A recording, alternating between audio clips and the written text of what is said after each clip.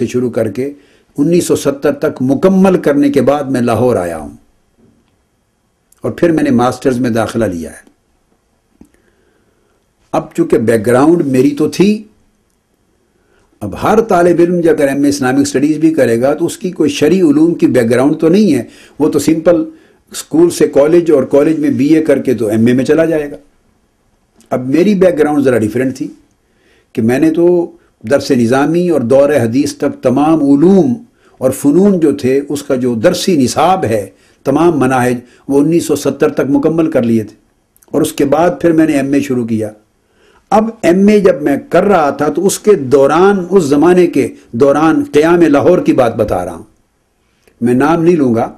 مگر صرف اتنا بتاتا ہوں کہ اس زمانے یہ فتنہ سر اٹھا رہا تھا، یعنی اس سے پہلے سے شروع تھا، مگر میں نے جو مشاہدہ کیا صرف وہ کوٹ کر رہا ہوں۔ یہ فتنہ سر اٹھا رہا تھا اور گلبرگ اس کے فتنے کا مرکز تھا۔ بس میں اس سے زیادہ ریفرنس نہیں دینا چاہتا۔ تو اور شد و مد سے کتابوں میں، تصانیف میں، رسائل میں، تقریروں میں ایک محدود سا طبقہ تھا جو اس فکر کو فالو کرتا تھا، اور اس سے پہلے انڈیا کی سرزمین پر ایک اہل القرآن کے نام سے ایک فکر شروع ہوئی تھی، تو ایک چکڑالوی فکر تھی، تو ان کا نقطہ نظر بھی یہی تھا کہ صرف قرآن کو مانو اور حدیث کو نہ مانو، اس لیے کہ حدیث حجت نہیں ہے، اس لیے کہ سنت نبوی حجت نہیں ہے، تو صرف قرآن حجت ہے۔ تو یہ فکر اس سے قبل شروع ہو چکا تھا۔ تو کچھ لوگوں نے تو ٹوٹلی اس کی حجیت کا انکار کر دیا تھا اور سنت کی حجیت کا انکار کر رکھا تھا،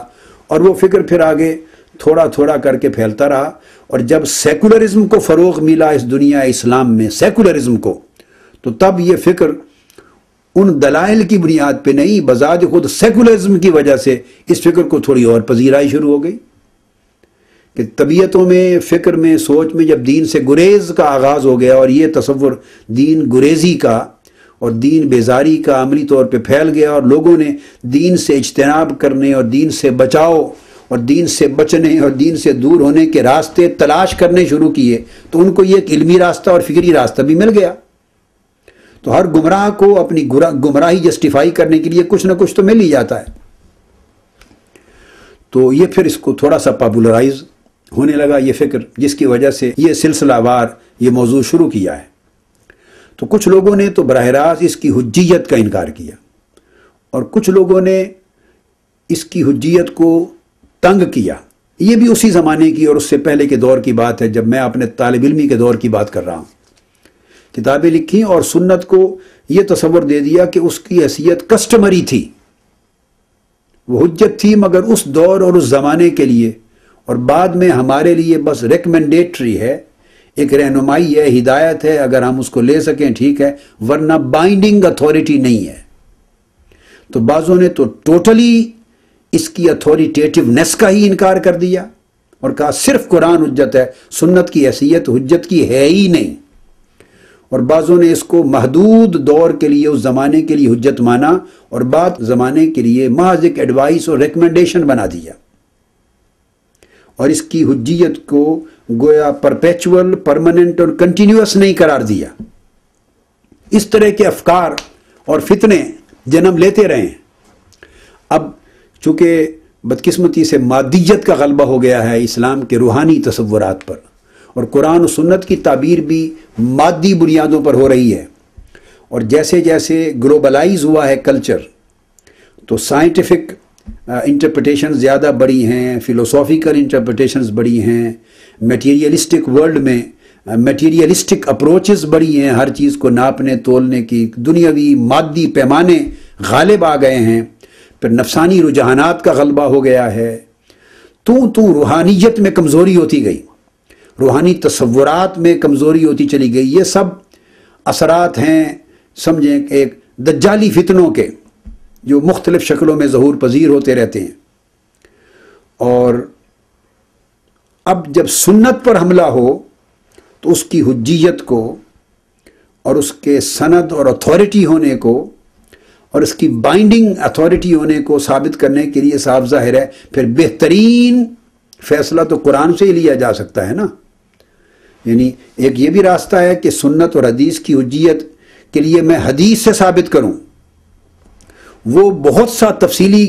گوشہ اس پر پہلے بات ہو چکی ہے اس ریفرنس میں، تاریخی ریفرنس کے حوالے میں، مگر حدیث نبوی کم و بیش 100 کے قریب کوٹ کر چکا ہوں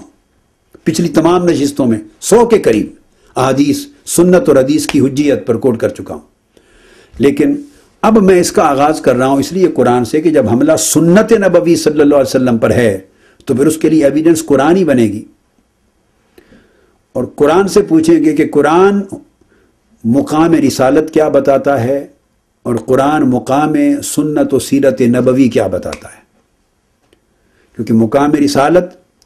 اور حدیث نبوی اور سنت نبوی کے درمیان اتنا گہرا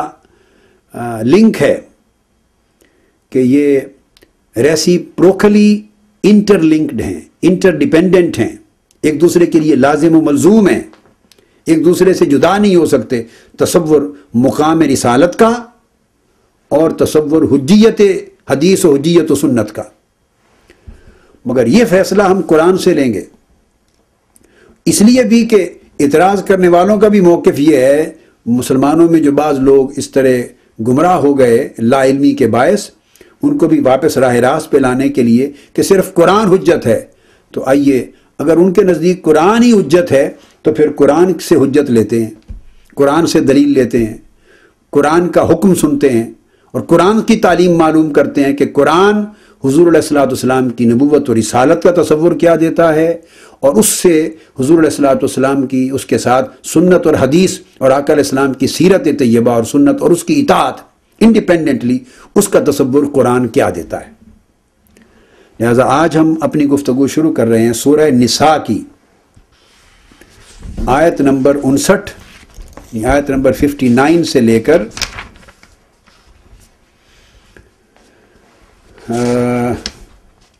آیت نمبر 70 تک کے اس حصے پر مشتمل جو قرآن مجید کا بیان ہے، گویا 59 سے 70 یہ 12 آیات ہیں قرآن مجید کی، ایک مقام وہاں سے شروع کر رہے ہیں۔ اب مجھے اندازہ نہیں کہ یہ 12 آیات کا بیان آج ہی کی نشست میں ختم ہو پائے گا یا اس پر 2 نشستیں لگیں گی، تاہم ہماری گفتگو اب قرآن مجید پر شروع ہو چکی ہے، اور پروبیبلی کوئی 25 اور 30 نشستیں شاید صرف قرآن پر ہی ہماری چلیں گی اس موضوع کے اوپر انشاءاللہ تعالی۔ فرمایا یا ایھا الذین آمنوا اطیعوا اللہ و اطیعوا الرسول و اولی الامر منکم، اے ایمان والو، اس آیت کریمہ کے اس پہلے حصے میں 3 اطاعتوں کا ذکر ہے، 3 اطاعتوں کا، یعنی 3 اطاعتیں واجب کی گئی ہیں۔ بالفاظ دیگر آپ یوں سمجھیں کہ 3 سورسز اور 3 اتھارٹیز مینشن کی گئی ہیں جن کی اوبیڈینس بائنڈنگ ہے، بائنڈنگ اتھارٹیز ہیں۔ ایک کے لیے کہا کہ اللہ کی اطاعت کرو، وہ اللہ رب العزت کی ذات گرامی ہے۔ دوسرا فرمایا وَأَطِيعُوا الرَّسُولَ، اور رسول صلی اللہ علیہ وآلہ وسلم کی اطاعت کرو، اور پھر فرمایا وَأُولِي الْأَمْرِ مِنْكُمْ، اور تم میں سے جو اولی الامر ہیں۔ اب پہلے ہم اس حصہ آیت پہ تھوڑی گفتگو کرتے ہیں۔ آپ غور کیجئے کہ یہ خطاب اہل ایمان کو ہے اور حکم ہے اطاعت الہی اور اطاعت رسول کا صلی اللہ تعالی علیہ وآلہ وسلم۔ تو پہلی بات تو یہ ذہن نشین یہاں سے ہوتی ہے کہ ایمان کے فوری بعد اطاعت کا حکم ہے۔ ایمان تو ہے اقرار باللسان و تصدیق بالقلب، توحید و رسالت اور آخرت اور ملائکہ اور وحی اور قرآن اور بعث بعد الموت، یعنی ان چیزوں پر ایمان لانا، اس طرح کے زبان سے اقرار کر لیا اور دل نے اس کی تصدیق کر دی، اس سے آپ ایمان لے آئے، داخل ایمان ہو گئے۔ اب ایمان کو مضبوط رکھنے، پختہ کرنے، جسٹیفائی کرنے، ڈیمونسٹریٹ کرنے کے لیے آگے ایک عمل چاہیے۔ اب وہ پہلا عمل جو اس آیت کریمہ میں بیان کیا جا رہا ہے، جس سے ایمان مضبوط و مستحکم ہوتا ہے یا ایمان ثابت ہوتا ہے، اقرار اور تصدیق کے بعد